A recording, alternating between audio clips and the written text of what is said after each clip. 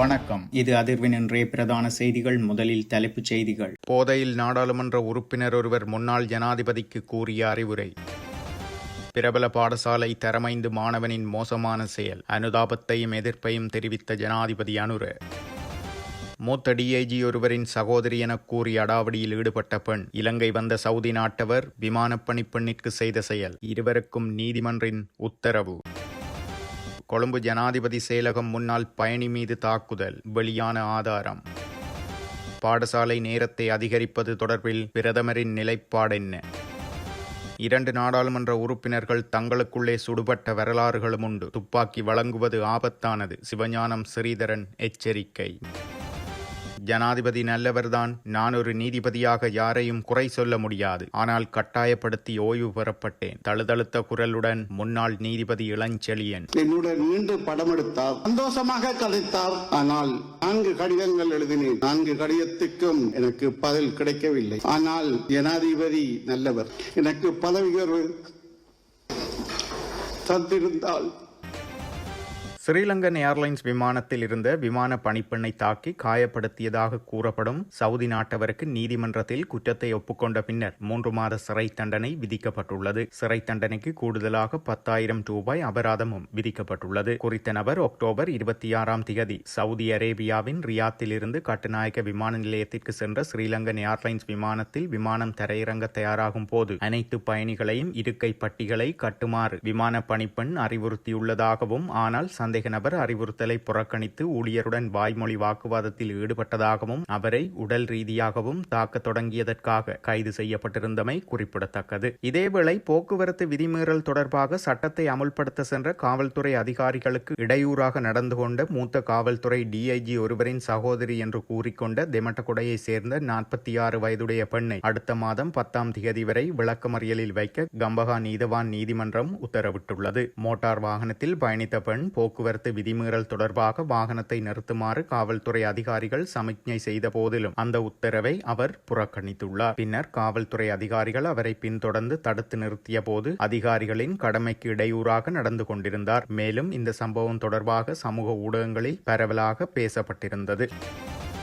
யுத்தம் செய்வதை விட பாரதூரமான வேலையே ரசாயன பசலையை நிறுத்தியது. இதனை கைவிட்டு விடுங்கள். அப்படி இல்லை என்றால் அரசும் உங்கள் பதவியும் பறிபோகும் என நான் தான் முதலில் சொன்னேன் என சாமரசம்பத் தசநாயக்க தெரிவித்துள்ளார். முன்னாள் ஜனாதிபதி கோட்டபாய ராஜபக்ச ஏற்பாடு செய்திருந்த விருந்துபசாரத்தில் சிறிதளவு மதமும் அருந்தியிருந்த நிலையில் அமைச்சர்கள் 20 பேர் மத்தியிலேயே கோட்டபாயவுக்கு இதனை கூறினேன் என அவர் குறிப்பிட்டுள்ளார். இரத்தினபுரியில் நடைபெற்ற சுதந்திர கட்சியின் கூட்டத்தில் உரையாற்றும் போதே இவ்வாறு தெரிவித்துள்ளார். தொடர்ந்தும் பேசிய அவர், மஹிந்த அழுத்கமகேதான் விவசாய அமைச்சராக இருந்தார். இன்று சிறையில் இருக்கிறார். நான் கதைத்த பின்னர் கோட்டபாய ரசாயன பசலை நிறுத்தம் நல்ல வளர்ச்சியை காட்டியுள்ளதுதானே என மஹிந்தானந்தவிடம் கேட்டபோது அவர் நன்றாக இருக்கிறது என்றார். அப்போது நான் பார்த்து கொண்டிருங்கள், என்ன நடக்கப் போகிறது என்றேன். ஒருவரிடம் போகவில்லை, எல்லாம் முடிந்தது. பெரும் எதிர்பார்ப்புடன் 65 லட்சம் மக்கள் வாக்களித்தனர். ஆனால் நாங்கள் அரசை வீழ்த்தவில்லை. அவர்களே தங்களுக்குரிய குழியை வெட்டி கொண்டார்கள். அதேபோல வெங்காயம் மற்றும் கிழங்கு உற்பத்தியில் ஈடுபடும் விவசாயிகள் அதிகளவில் பாதிக்கப்பட்டுள்ளனர். அரசு அவர்களை பாதுகாப்பதில் தவறிழைத்துள்ளது எனவும் அவர் தெரிவித்துள்ளார். ஒரு பிரபல பாடசாலையில் தரம் 5 கல்வி கற்கும் மாணவன் தனது புத்தக பையில் போதைப் பொருளை எடுத்துச் செல்வதாக ஜனாதிபதி அனுரகுமார் திசாநாயக்க தெரிவித்துள்ளார். பேலியகொடையில் உள்ள வித்தியலங்கார மகா பிரிவேனாவில் நடைபெற்ற விழாவில் கலந்து கொண்ட போதே இவ்வாறு குறிப்பிட்டுள்ளார். மேலும் அவர் தெரிவிக்கையில், தரம் 5 மாணவன் பைக்குள் போதைப் பொருளை எடுத்துச் செல்வதை சக மாணவர்கள் அவதானித்து அது தொடர்பில் வெளியே கூறியுள்ளனர். இதனை அடுத்து குழந்தையின் பையில் போதைப் பொருள் இருப்பது கண்டுபிடிக்கப்பட்டது. குறித்த குழந்தையின் தந்தை போதைப் பொருள் வர்த்தகத்தில் ஈடுபட்டு குற்றச்சாட்டில் கைது செய்யப்பட்டுள்ளார். தாய் உயிருடன் இல்லாததால் தந்தை குழந்தை மூலம் போதைப் பொருள் விற்பனை செய்தது தெரிய வந்துள்ளது. ஆகவே இவ்வாறான சட்டவிரோதமான செயல்களில் ஈடுபடும் நபர்கள் தங்களின் வாழ்க்கையை மாத்திரம் அளிக்காமல் தமது சந்ததியின் எதிர்காலத்தையும் வீணடிக்கிறார்கள் எனவும், எவ்வாறாயினும் இதற்கெதிரான விளைவுகள் கடுமையானதாக இருக்கும் எனவும் அவர் எச்சரித்துள்ளார்.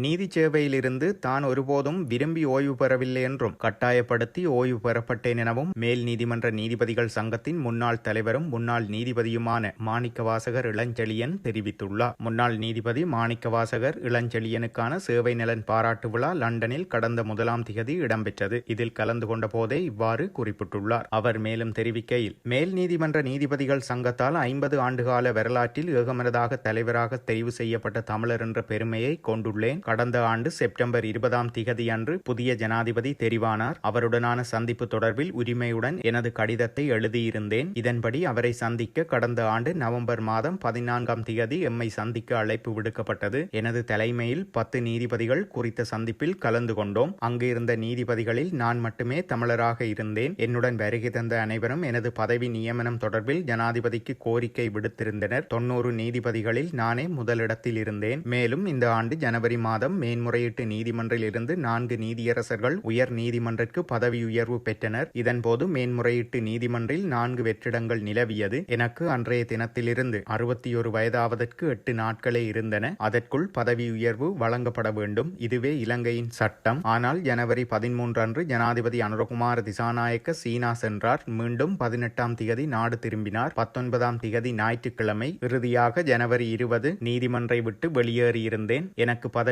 உயர்வு தந்திருந்தால் இன்னும் 4 ஆண்டுகள் நீதித்துறையின் செயற்பாட்டை முன்னெடுத்திருப்பேன். இது குறித்து 4 கடிதங்கள் எழுதியிருந்தேன். நான் விரும்பி ஓய்வு பெறவில்லை, கட்டாயப்படுத்தி ஓய்வு பெறப்பட்டேன் என கூறியிருந்தேன். அந்த 4 கடிதத்திற்கும் எனக்கு பதில் கிடைக்கவில்லை. நான் ஒரு நீதிபதியாக யாரையும் குறை சொல்ல முடியாது. இன்றும் கூட இந்த பிரச்சனையை நிவர்த்தி செய்யப்படலாம். ஆனால் நான் அதை தேடி துரத்தவில்லை.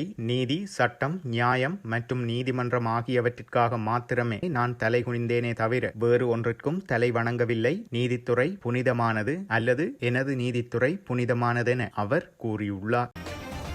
போலீஸ் பாதுகாப்பு அல்லது துப்பாக்கியை கேட்பது நாடாளுமன்ற உறுப்பினர்களின் தனிப்பட்ட உரிமை. உறுப்பினர்கள் கேட்டால் அதை பற்றி அரசாங்கம் பரிசீலனை செய்ய வேண்டும் என நாடாளுமன்ற உறுப்பினரும் இலங்கை தமிழரசு கட்சியின் நாடாளுமன்ற குழு தலைவருமான சிவஞானம் ஸ்ரீதரன் தெரிவித்துள்ளார். மேலும் அவர் தெரிவிக்கையில், நாட்டில் ஒரு அச்ச நிலைமை உள்ளதாக ஜனாதிபதியே குறிப்பிடுகிறார். நீதிமன்றத்தினுள் சுட்டுக் கொல்லப்படுகிறார்கள். பிரதேச சபை தவிசாளர் அவரது அலுவலகத்தில் வைத்தே சுட்டுக் கொல்லப்படுகிறார். போக்குவரத்து பாதையில் எதுவும் நடக்கலாம் என்ற அச்ச நிலைமையே காணப்படுகிறது. அரசாங்கத்தின் போதைப்பொருளுக்கு எதிரான நடவடிக்கையை நாம் வரவேற்கிறோம். போதைப்பொருள் பாவனை என்பது தென்னிலங்கையினை மாத்திரமல்ல வடமாகாணத்தையும் அச்சுறுத்தல்களுக்கு உள்ளாக்கியுள்ளது. போலீஸ் பாதுகாப்பு அல்லது துப்பாக்கி கேட்பது நாடாளுமன்ற உறுப்பினர்களின் தனிப்பட்ட உரிமை. 2010 முதலாக நாடாளுமன்ற உறுப்பினராக தெரிவு செய்யப்பட்ட போது எனக்கு துப்பாக்கி வழங்கப்பட்டது. அதனை குறிப்பிட்ட ஆண்டுகளுக்கு பின் மீளவும் ஒப்படைத்திருந்தேன். துப்பாக்கி வழங்கப்பட்டால் அவர்களுக்கு பயிற்சி அளிக்கப்பட வேண்டும். 2 நாடாளுமன்ற உறுப்பினர்கள் தங்களுக்குள்ளே சுடுபட்ட வரலாறுகளும் உண்டு. துப்பாக்கி வைத்திருப்பது ஆபத்தானது. உறுப்பினர்கள் கேட்டால் அதை பற்றி அரசாங்கம் பரிசீலனை செய்ய வேண்டும். மக்கள் பிரதிநிதிகளுக்கு தேவைப்பட்டால் போலீஸ் பாதுகாப்பு வழங்கப்பட வேண்டும். இதுவரை நான் ஆயுதம் தருமாறு அரசாங்கத்தை கேட்கவில்லை. ஆயுதம் தந்தால் அதை இயக்குவதற்கு பயிற்சிகள் எவையும் எனக்கு தேவையில்லை எனவும் அவர் குறிப்பிட்டுள்ளார்.